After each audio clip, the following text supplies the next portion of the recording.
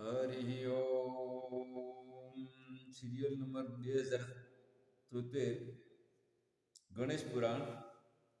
આદિપ્તમ પર્વતમ યદ્વાન શ્રયંતી મૃગાદય તદ્વત પાપાની સર્વાણી યોગાભ્યાસરતમ નરમ.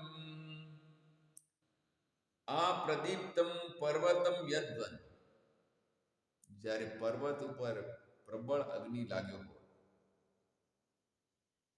અને એ ભડભડતા અગ્નિની અંદર કોઈ પશુ પક્ષી પ્રવેશ કરી શકતું નથી. એ જ પ્રમાણે જ્ઞાન અને ધ્યાનથી જે એકાંતશીલ યતિ, જો કે આમાં ગૃહસ્થ કોઈ કરતા હશે. મારા કહેવાનો મતલબ કે યહાં યતિ એટલે સંન્યાસી જ આ કરી શકે, અન્ય ન કરી શકે, એવું મારો અભિપ્રાય નથી. પરંતુ સંન્યાસીને અનુકૂળતા ઘણી છે અને ગૃહસ્થને અવરોધો પણ એમાં ઘણા છે.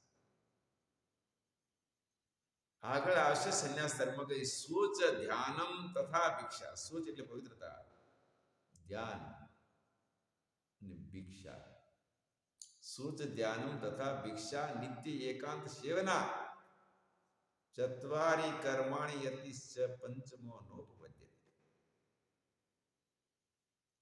સોચ એટલે પવિત્રતા, ધ્યાન, 24 કલાકમાં એક વાર ભિક્ષા, પ્રાણોની પૂર્તિ માટે, શરીરને રાખવા માટે, અને વિવેકપૂર્વક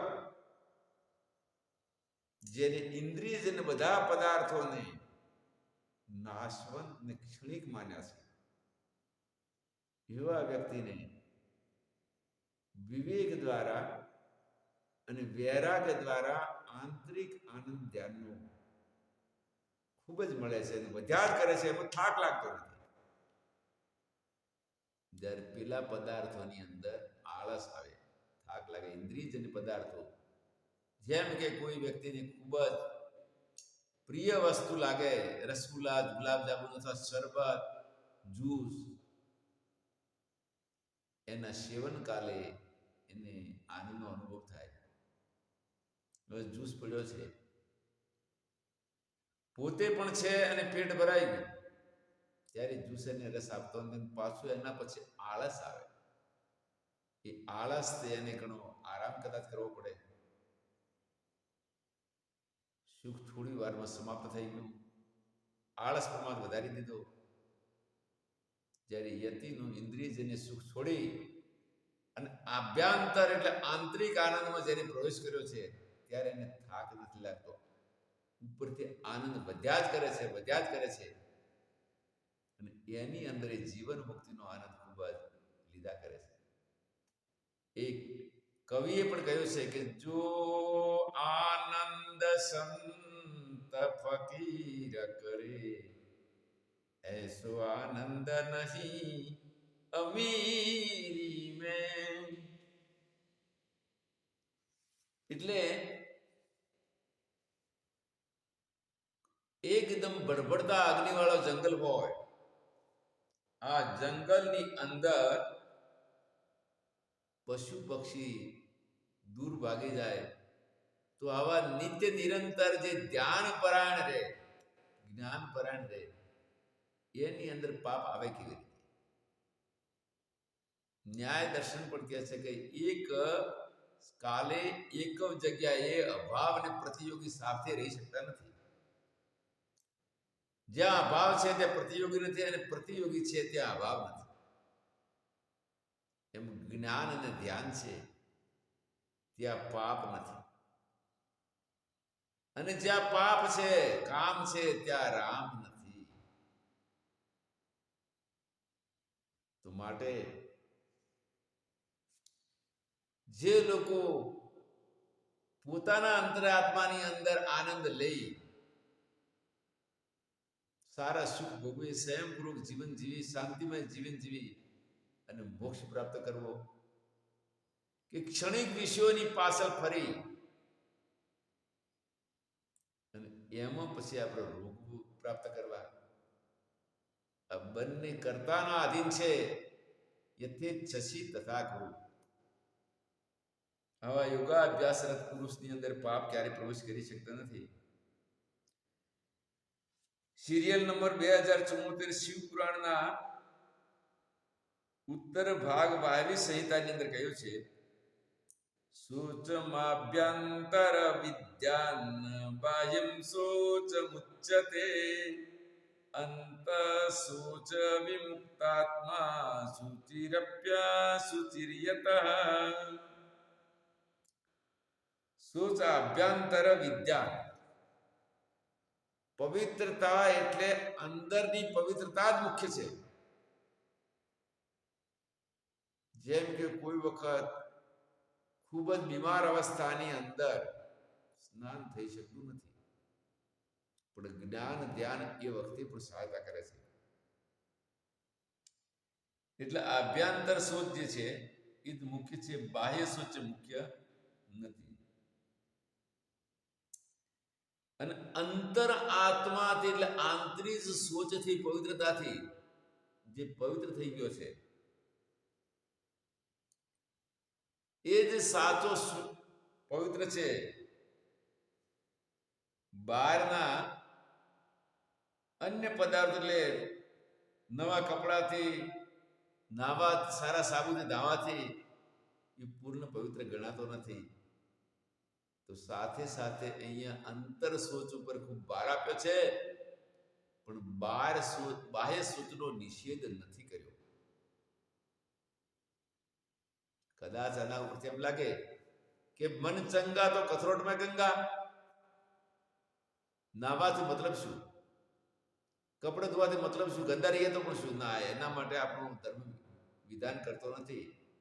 પરંતુ અંતર સોચ મુક્તિ વાળું છે, એટલે પેલા સોચ કરતા આ સોચ, આ પવિત્રતા પેલી પવિત્રતા કરતા અંતકરની પવિત્રતા વધારે શ્રેષ્ઠ છે.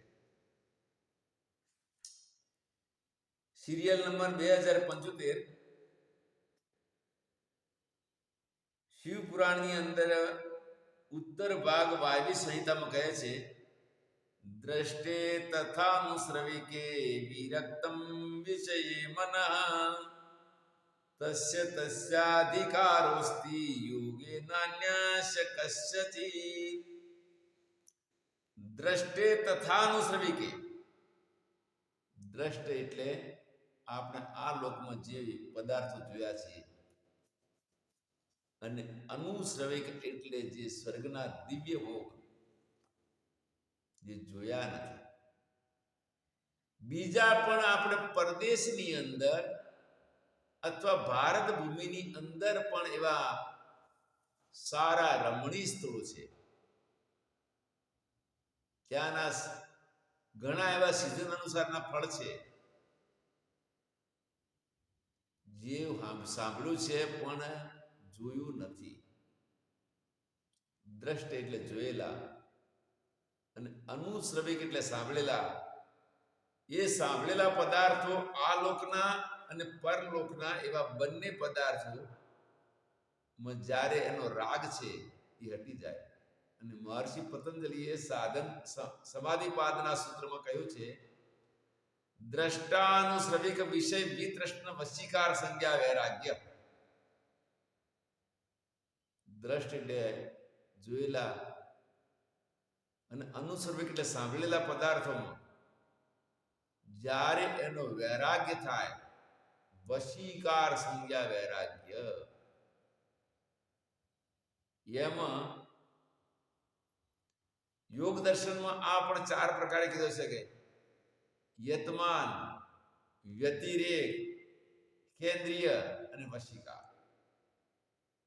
જેને વિશેષ જાણવું હોય તે યોગ સૂત્ર અનુસાર યોગ દર્શનમાં જાણે.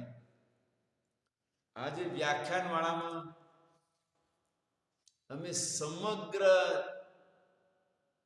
ભારતના શું વિશ્વની અંદર એટલા લોકો માટે પણ એક સામાન્ય રૂપે આની વ્યાખ્યા કરીએ છીએ.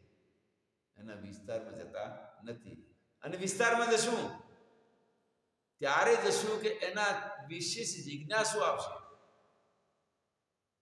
એના વિશે જિજ્ઞાસા આવશે તો એનો વિસ્તાર પણ કરશે. તો આવો જેનો વૈરાગ્ય, વૈરાગ્ય એટલે એમાં રાગ ન હોવો, અને રાગ એટલે આસક્તિ. હવે આ એક વૈરાગ્ય કરવો અને વૈરાગ્ય થવો, એમાં પાછું રાત દિવસનું અંતર છે. પ્રથમ વૈરાગ્ય કરવો પડે. કેમ કે હજુ સુધી પોતે આંતરિક જગતની અંદર, આંતરિક સુખની અંદર પોતાનો પ્રવેશ થયો નથી. ત્યારે જન્મ, મૃત્યુ, જરા, વ્યાધિ, દુઃખ, દોષાનું દર્શનમ, આ બધા પદાર્થોની અંદર દોષ છે. આવી દોષ દ્રષ્ટિ કરી અને યોગાભ્યાસમાં રત થાય. હવે યોગાભ્યાસમાં રત થાય અને ચિત્તની ભૂમિકા ક્ષિપ્ત કે મૂઢ હોય તો મહર્ષિ પતંજલિએ એમાં ધ્યાનમાં અધિકાર પણ આપ્યો. ચિત્તની 5 ભૂમિકા: ક્ષિપ્ત, મૂઢ, વિક્ષિપ્ત, એકાગ્ર અને નિરુદ્ધ. તો ક્ષિપ્ત ને મૂઢની અંદર વૈરાગમાં, અને ભગવાનની ગીતામાં પણ કહ્યું છે કે કર્મેન્દ્રિયાણી સંયમ્ય આસ્તે મનસા ન સ્મરન. જે કર્મેન્દ્રિયોનો સંયમ કરીને ધ્યાનમાં બેસે અને પાછું મનથી વિશ્વનું ચિંતન કરે છે, આ ધ્યાન નથી. આ તો એનો સમાજ પ્રત્યેનો રાગ છે. તો આનો ધ્યાનમાં અધિકાર નથી. તો સ્વાત્મારામજી અઠયોગ પ્રદીપિકામાં મહર્ષિ પતંજલિની બધી જ વાતને માન્ય રાખી. માન્ય રાખીને એમણે કહ્યું કે ધ્યાનમાં અધિકાર નથી, પણ પ્રાણાયામ દ્વારા એ પોતાના મનની જ્યાં સુધી પ્રાણાયામ કરે ત્યાં સુધી પ્રાણાયામથી રોકી રાખે, અને નાડી શુદ્ધિ એની થાય. અને નાડી શુદ્ધિ સાથે એની પ્રાણાયામ દ્વારા ચિત્ત શુદ્ધિ પણ થાય છે. અઠયોગ પ્રદીપિકામાં યમ અને નિયમનું પ્રતિપાદન નથી કર્યું. તો કોઈ એક વિદ્વાને એનો વિરોધ કર્યો કે સ્વાત્મારામે પ્રતિપાદન નથી કર્યું તો સ્વાત્મારામ એના વિરોધી છે. બિલકુલ નહીં. અઠ પ્રદીપિકાના રચનાર સ્વાત્મારામજી યમ અને નિયમનો નિષેધ કર્યો એવો કોઈ જગ્યાએ એક અક્ષર પણ મળ્યો નથી. તો પછી એનું પ્રતિપાદન કેમ ન કર્યું? નિષેધ નથી કર્યો તો પ્રતિપાદન કરવું જોઈએ. તો હા, પ્રતિપાદન એટલા માટે કર્યું નથી કે ક્ષિપ્ત અને મૂઢ ભૂમિકા વાળા માટે યમની નિયમ શક્ય પણ નથી. શક્ય નથી એટલા માટે પ્રાણાયામ દ્વારા વ્યક્તિ પૂછી આ બે ભૂમિકાને પાર કરી દે. ક્ષિપ્ત એટલે અનાત્માની વાસના વાળું મન જ્યારે ધ્યાનમાં બેસે એટલે ખૂબ જ વિચાર આવે. વિચાર ધ્યાન થઈ શકે નહીં. વિચાર કરવા પડતા નથી, વિચાર ઓટોમેટિક આવે. અને મૂડ એટલે એકદમ શરીર ભારું, આળસ, બગાસા, અને ધ્યાનમાં બેસે એટલે ધ્યાન લાગતું નથી. તો પ્રાણાયામ દ્વારા વ્યક્તિ જ્યારે પોતાની આ બે ભૂમિકાઓને પાર કરી દે ત્યારે વિક્ષિપ્ત ભૂમિકા આવે. વિક્ષિપ્ત એટલે સત્વ ગુણની શરૂઆત થાય છે, એમાં ધ્યાન પણ થાય છે અને વિચાર પણ આવે છે. ત્યારે વ્યક્તિ વિચારને જોવે છે અને ધ્યાનના આનંદ જોવે છે. સત્વો સમજાય તે જ્ઞાન. હવે એ ધ્યાનની અંદર એક બાજુ વિચાર પણ આવી જાય, પાછું ધ્યાન પણ લાગે, વિચાર પણ આવી જાય. ધ્યાન પેલા તૂટે અને જોડાય, તૂટાય ને જોડાય. એકાગ્રતા આવી નથી. પરંતુ એ સત્વ ગુણની અંદર એને શાંતિ ને આનંદના અનુભવ એના શરૂ થઈ ગયા. સાથે સાથે જેટલું ધ્યાન કરે એટલું એનું આળસ, પ્રમાદ ઓછું થાય, સ્ફૂર્તિ આવે. જ્યારે વિષયજન્ય પદાર્થોની અંદર જેટલું એ પદાર્થોના સેવન કાળે ક્ષણિક આનંદ પછી એમાં આળસ પ્રમાદ થાય, જ્યારે આની અંદર આળસ પ્રમાદ દૂર થાય અને આનંદ વધે. એટલે નાડી શુદ્ધિ પછી વ્યક્તિ જ્યારે આંતરિક ક્ષેત્રની અંદર વિકસિત ભૂમિકાથી ધ્યાનની શરૂઆત થાય, એ પછી એકાગ્ર ભૂમિકા પણ 4 પ્રકારની છે: વિતર્ક, વિચાર, આનંદ, અસ્મિતા, અનુરૂપા, સંપ્રજ્ઞાત. હવે આ પ્રકારે યોગી જ્યારે ધ્યાનમાં જાય અને ધ્યાનના આનંદ શરૂ થાય, ત્યારે બહારના આનંદમાં એની રુચિ ઓછી થાય. પહેલી કરવી પડે અને પછી એની મેળી થાય. એની મેળી ત્યાં સુધી થાય કે જ્યાં સુધી એમાં લાગ્યો રહે. આઝાદ ગાડી બદલાઈ જાય, ધ્યાન કરતા કરતા પછી ધ્યાન છોડી અને પછી વિષય પદાર્થમાં જાય, તો આ સ્થિતિ ન રહે. યોગ સૂત્રમાં પણ કહ્યું છે કે સતુ દીર્ઘકાલ નિરંતર સત્કાર આશ્રિત દ્રઢ. એટલે આ રીતે જેનું ધ્યાનમાં જનાર વ્યક્તિ, યોગમાં જનાર વ્યક્તિનો વૈરાગ્ય હોય, એ જ એમાં જઈ શકે અને એનો જ અધિકાર છે. હવે એ અધિકારની અંદર એ વ્યક્તિ કઈ જ્ઞાતિનો હોવો જોઈએ, તો એના માટે પણ કહ્યું છે કે એ માનવ જાતિનો હોવો જોઈએ.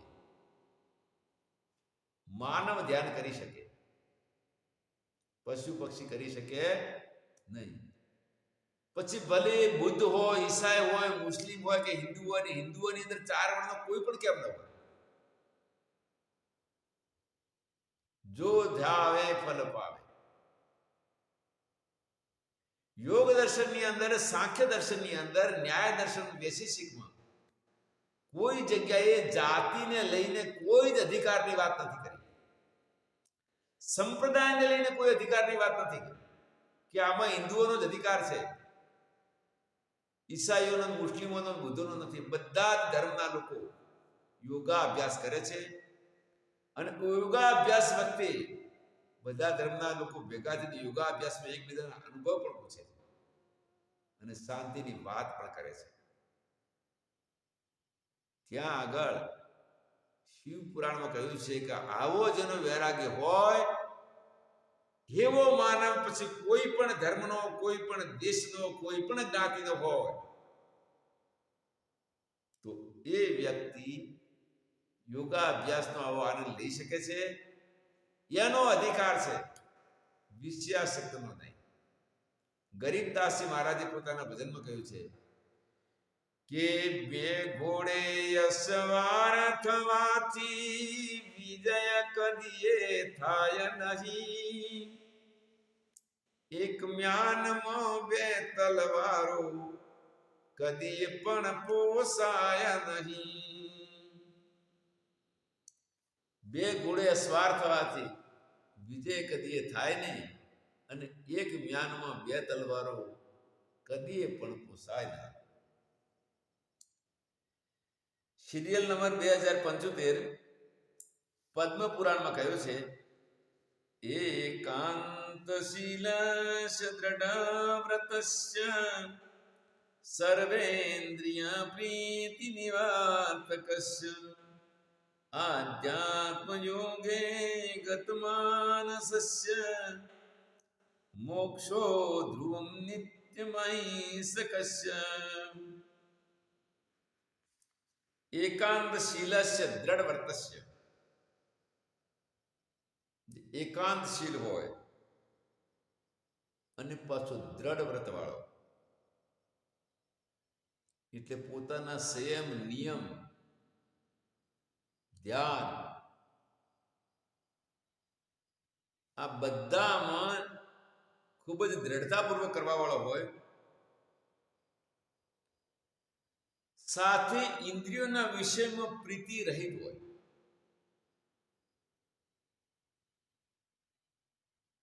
તો શું ઇન્દ્રિયોના વિષયમાં સુખ નથી? કદાચ તમને કોઈ અમને કોઈ એમ પૂછે કે મહારાજ, ઇન્દ્રિયોના વિષયમાં સુખ ન હોય તો પછી તમે આબુની અંદર ઠંડીમાં હોલમાં કેમ આવ્યા? ઝાડ નીચે કેમ ન રહ્યા? વળી 4 વર્ષ સુધી મીઠું ન ખાધું એટલે 3 દિવસ કોમામાં રહેવું પડ્યું. હવે ભોજનની અંદર કોઈ વખત મીઠું ઓછું હોય તો ઉપરથી પણ લેવું, કારણ કે ભોજન 24 કલાકમાં એક વાત કરીએ તો ઉપવાસ હોય તો 48 કલાક કરીએ તો સોડિયમની પૂર્તિ પણ થવી જોઈએ. તો અહીંયા કહે છે કે ઇન્દ્રિયોના વિષયની અંદર એક રાગપૂર્વક પ્રવૃત્ત થવું અને પ્રવૃત્ત થઈ અને એની પાછળ આસક્તિપૂર્વક એનું સેવન કરવું અને એક ઇન્દ્રિયોના વિષયની અંદર પ્રાણોની પૂર્તિ માટે ચાહે 24 કલાક કે 48 કલાકમાં એક વાર ભોજન કરવું અને બધું મિક્સ કરીને કરવું, કારણ કે પ્રાણ પ્રશ્ન છે, એના વગર પ્રાણ રહે નહીં, જીવન એના વગર રહી શકે નહીં. એટલા માટે આ પ્રકારના શાસ્ત્રીય આજ્ઞા અનુસાર ખાનપાન આદિ પાણી ભોજન સાથે સાથે શરીર આચ્છાદન માટે કપડું અને પોતાને અનુકૂળ શરીરની રક્ષા માટે નાની એવી પર્ણકુટી હોય કે પછી સિમેન્ટેડ કુટિયા હોય, આવા જે વિષયનો ભોગ કરનાર ધ્યાન યોગ અને જ્ઞાન અને ધ્યાન યોગી અને જ્ઞાન અને ધ્યાનની અંદર રમણ કરનાર વ્યક્તિ એમાં સારો આનંદ અનુભવ કરે છે.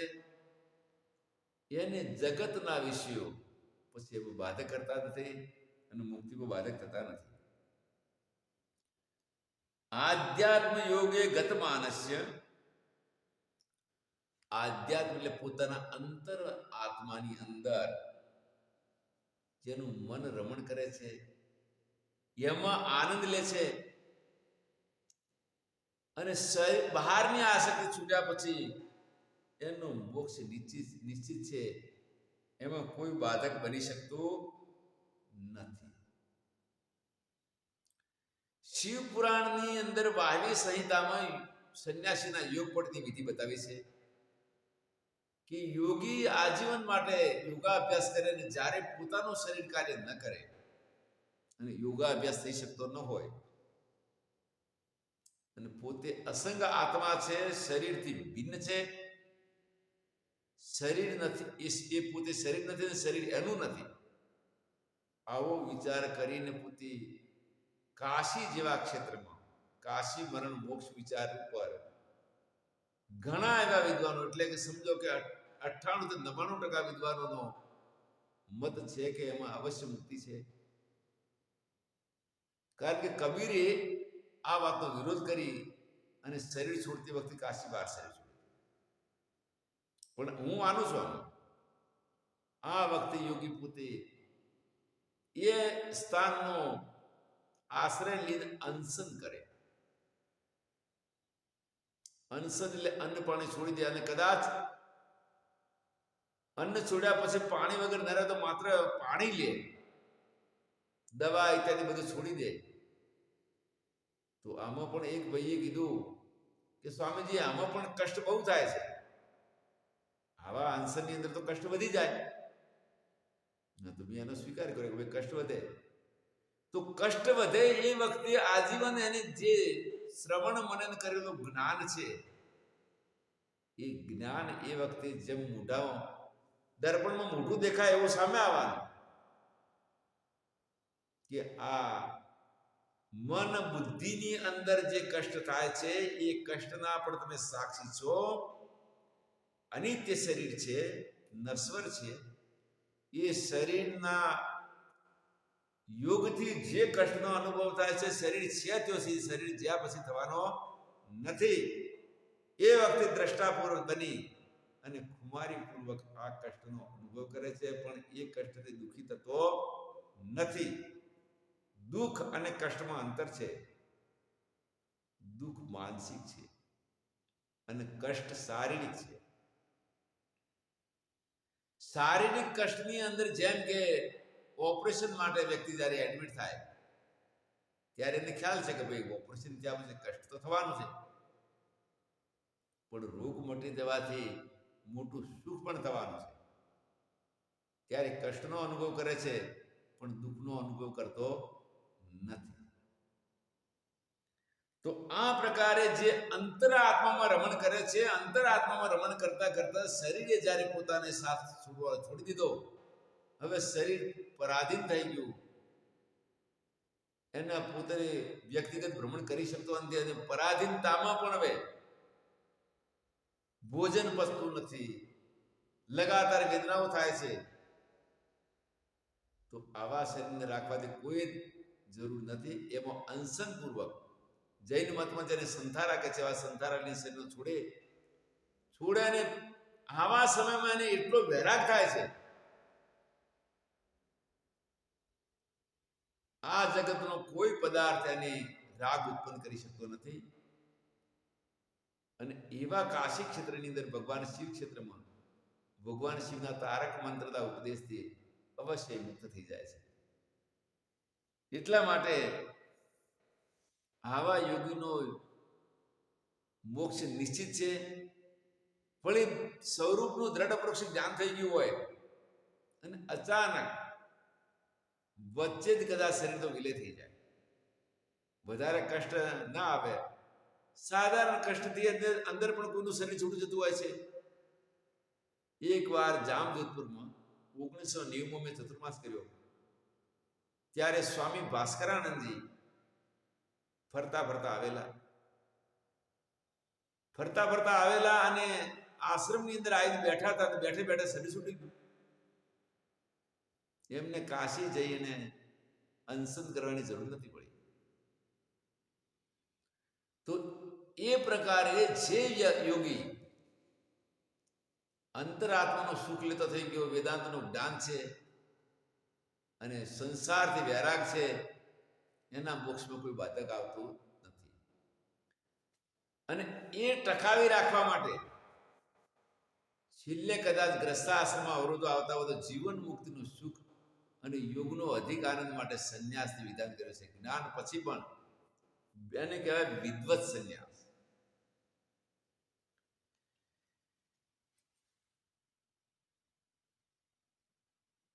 લોકો વશીકૃતા યેન ચાત્મા વશીકૃતઃ ઇન્દ્રિયાર્થો જીતો યેન તમ યોગમ પ્રબ્રવીમ્યહમ વિષયાસક્ત ચિત્તો હિ યતિ મોક્ષો ન વિંદતિ યત્નેન વિષયાસક્તમ તસ્માદ યોગી વિવર્જયેત. લોકો વશીકૃતા યેન ચાત્મા વશીકૃતા, જે બધા લોકો તથા આત્મા વશમાં થઈ જાય છે. અહીંયા બધા લોકો વશી થઈ જાય એટલે શું?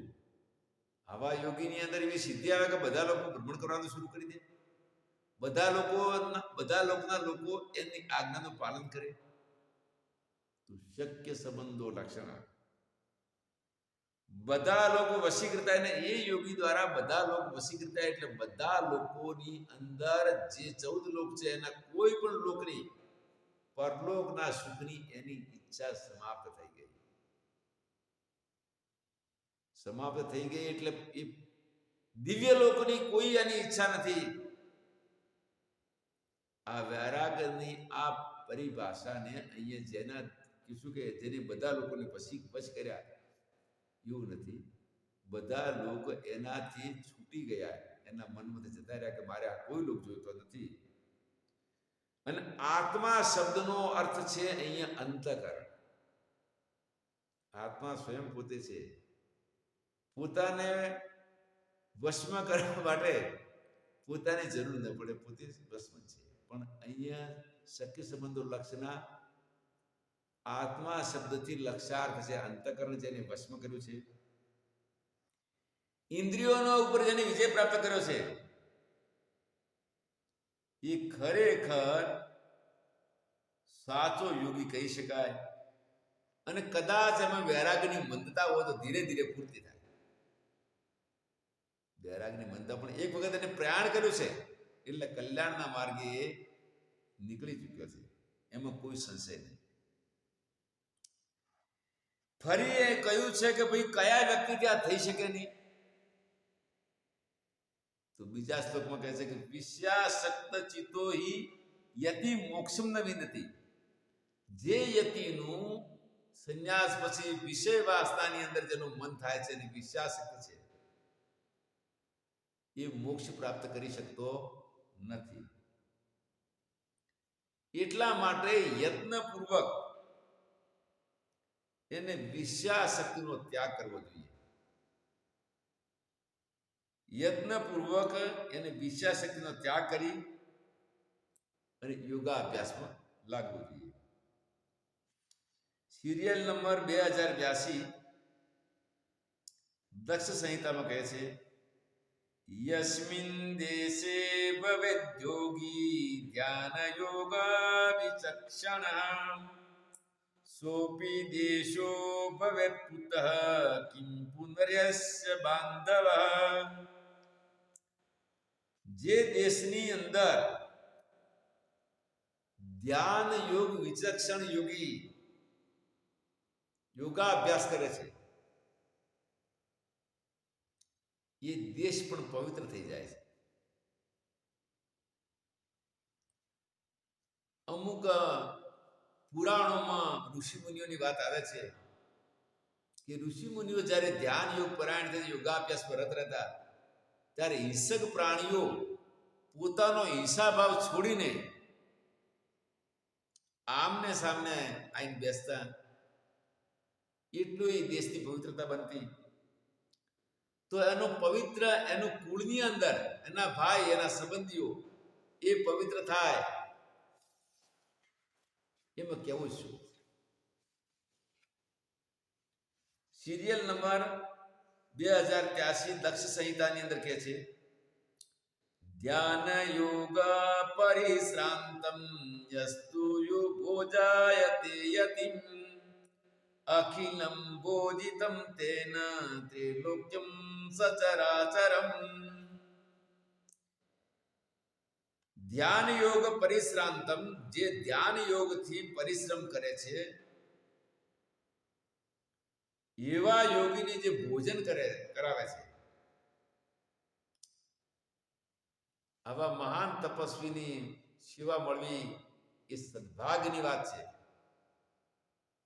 આવા ધ્યાન યોગ પરિશ્રાંત યોગીને જે ભોજન કરાવે છે, એને સંપૂર્ણ ત્રિલોકને ભોજન કરાવવાનો પુણ્ય મળે છે.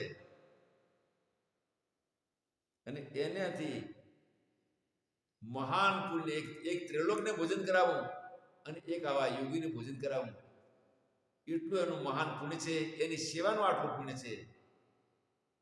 અને એના માટે ગીતામાં પણ છેલ્લે કીધું છે કે તસ્માદ યોગી ભવ અર્જુન તપસ્વીભ્યો અધિકો યોગી જ્ઞાનીભ્યોપી મતો અધિક કર્મીભ્યશ્ચ અધિકો યોગી તસ્માદ યોગી ભવ અર્જુન. આ સાથે આપણે સંક્ષિપ્ત વ્યાખ્યાન માળામાં રાજયોગ નામનો અધ્યાય સમાપ્ત થાય છે. હરિ ઓમ તત્સત.